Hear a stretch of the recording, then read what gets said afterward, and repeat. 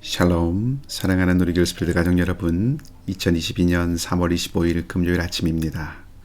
좋으신 우리 주님께서 여러분과 함께 하시는 하루가 되기를 빕니다.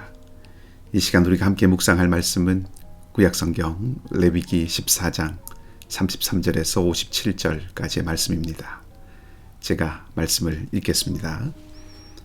여호와께서 모세와 아론에게 말씀하여 이르시되 내가 네게 기업으로 주는 가나안 땅에 너희가 이를 때에 너희 기업의 땅에서 어떤 집에 나병 색점을 발생하게 하거든 그 집 주인은 제사장에게 가서 말하여 알리기를 무슨 색점이 집에 생겼다 할 것이요 제사장은 그 색점을 살펴보러 가기 전에 그 집안에 있는 모든 것이 부정을 면하게 하기 위하여 그 집을 비우도록 명령한 후에 들어가서 그 집을 볼지니 그 색점을 볼 때에 그 집 벽에 푸르거나 붉은 무늬의 색점이 있어 벽보다 우묵하면 제사장은 그 집 문으로 나와 그 집을 이래 동안 폐쇄하였다가 이래 만에 또 가서 살펴볼 것이요 그 색점이 벽에 퍼졌으면 그는 명령하여 색점이 있는 돌을 빼내어 성 밖 부정한 곳에 버리게 하고 또 집안 사방을 긁게 하고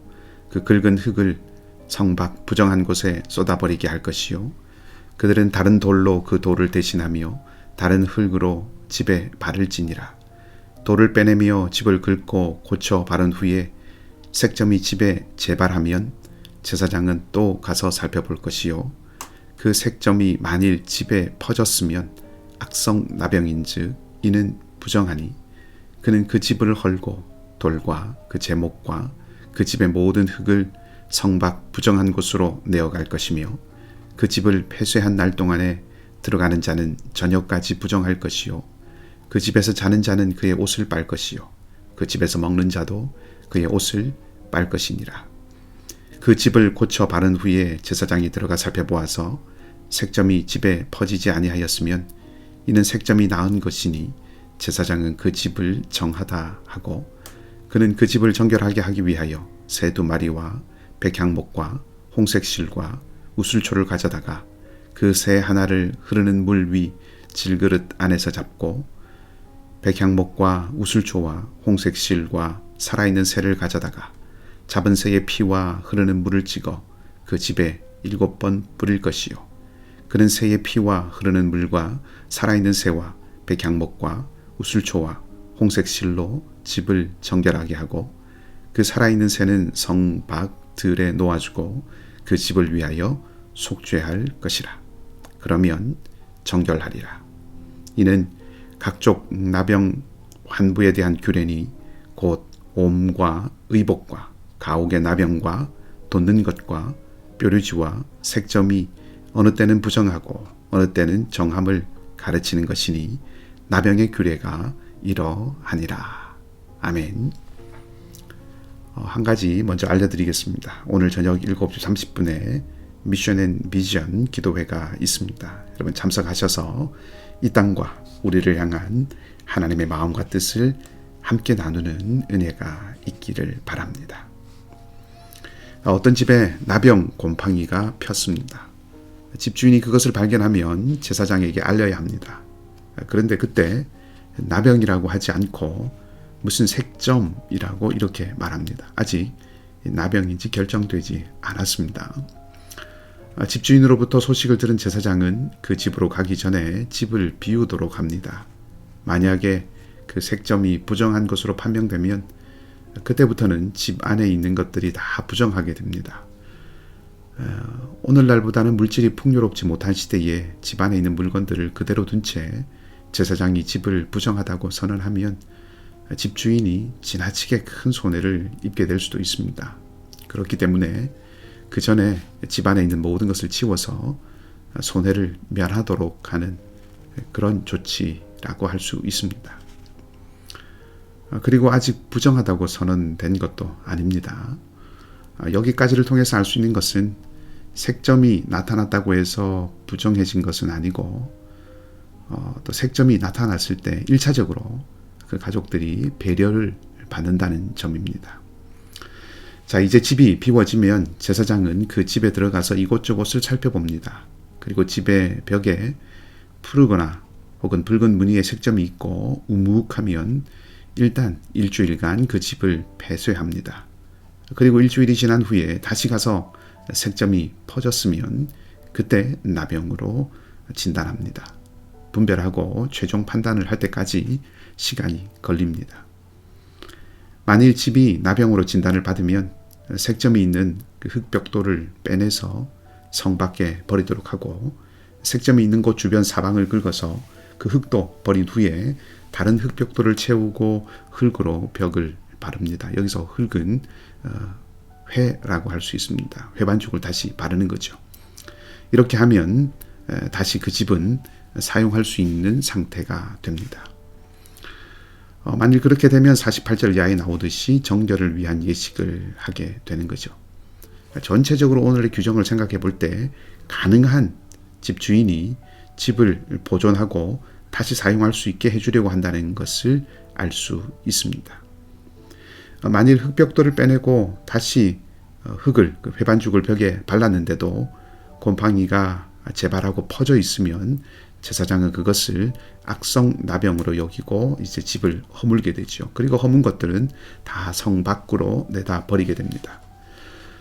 그리고 만일 누군가가 이 폐쇄된 상태에 있는 집에 들어가면 그 사람은 부정하게 됩니다. 단순히 들어가면 저녁까지 부정하고 잠을 자거나 음식을 먹으면 옷을 빨도록 합니다. 오늘 본문이 이 집이 부정해지는 경우와 또 그것으로부터 정결해지는 방식에 대한 이야기를 하고 있기 때문에 우리가 색점이 생기는 것이 곧 부정한 것이라고 쉽게 생각하기 쉽지만 본문을 차근차근 살펴보면서 이미 말씀드리고 확인했던 것처럼 색점이 생겼다고 바로 부정해지는 것은 아니었습니다.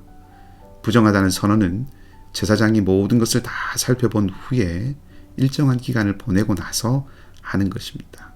그리고 설사 집이 부정한 경우에도 고쳐서 쓰는 것이 1차적인 대응입니다. 부정하다고 집을 바로 파괴하거나 허물어 버리는 것이 아닙니다. 기본 방향은 고쳐서 새롭게 하는 것에 있지 버리고 멸망시키는 것에 있지 않습니다. 만일 부정하지 않은 색점이라고 진단받으면 곧바로 집에서 치웠던 것들을 도로 가져다 두고 일상의 삶을 이어갈 수 있었겠죠. 그러니 그것에 대해서는 써놓을 필요가 없었을 것입니다. 이렇게 색점은 부정한 것일 수도 있고 그렇지 않은 것일 수도 있습니다. 다만 색점이 생겼다는 것은 주의 깊게 살펴보고 관찰해야 하는 일이 생겼다는 뜻인 것은 분명합니다. 자, 이제 우리가 살펴본 바를 기준으로 해서 색점의 역할을 우리 말할 수 있습니다. 색점은 첫째, 집주인이 자기의 집을 주의 깊게 관찰하게 하는 것입니다. 오늘 본문은 사람이 공간에 미치는 영향에 대해서 말하는 것이 아니라 건물이 사람에게 미치는 영향에 대해서 말하고 있습니다. 집주인은 자기 집에 나병 증상이 나타나는 것을 인식하고 아마 집안 구석구석을 꼼꼼히 살폈을 것입니다. 그리고 제사장에게 말한 후에 또 나병이 발생한 곳은 긁어내야 했습니다. 그 후에 새로운 흙벽돌로 대치하고 흙을 바르죠. 그렇게 해서 그 공간이 사람들을 부정하게 만들지 않도록 해야 했습니다. 자, 공간의 정결함을 유지하고 회복시키는 것이 집 주인이 해야 하는 일임을 생각하게 합니다. 우리가 만드는 공간이 다시 우리를 만든다는 말이 있죠. 그 말을 한번 생각해 보게 됩니다. 우리가 먹고 자고 쉬고 일하는 이런 공간들이 하나님의 관심의 대상이라는 것을 잊지 않고 하나님의 사람이 거주할 만한 공간이 되게 하는 것이 우리가 하나님 백성으로 살아가는 길 가운데 하나입니다.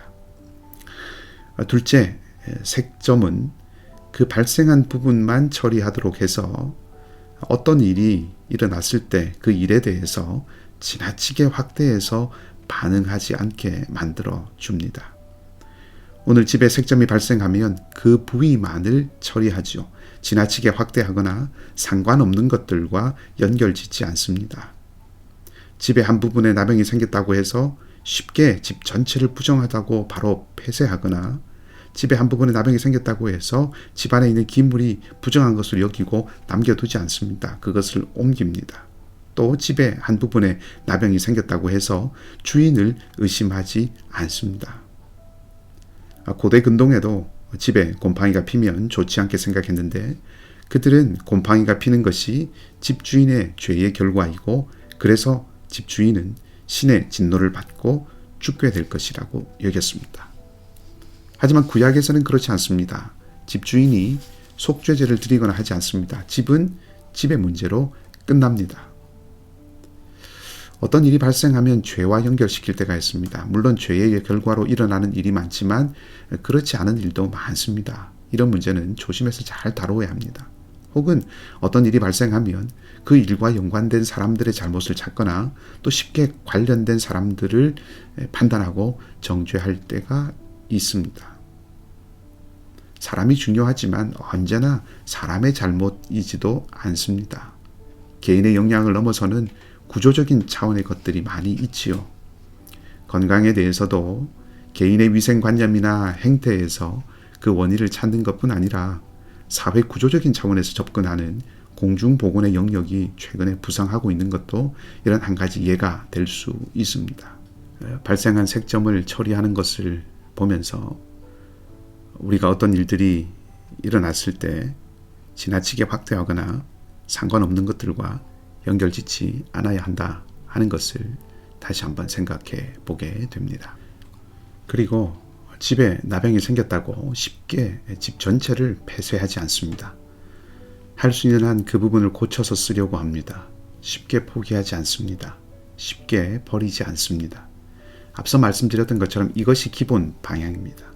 쉽게 절망하고 쉽게 무너지지 않아야 한다는 것입니다. 하나님은 아담에게 모든 피조세계를 다스리고 가꾸라는 사명을 주셨지요. 그러나 아담은 실패했습니다. 다시 하나님은 아브라함을 선택하셔서 약속을 주셨습니다. 그리고 이스라엘이 그 사명을 이어가게 하셨습니다.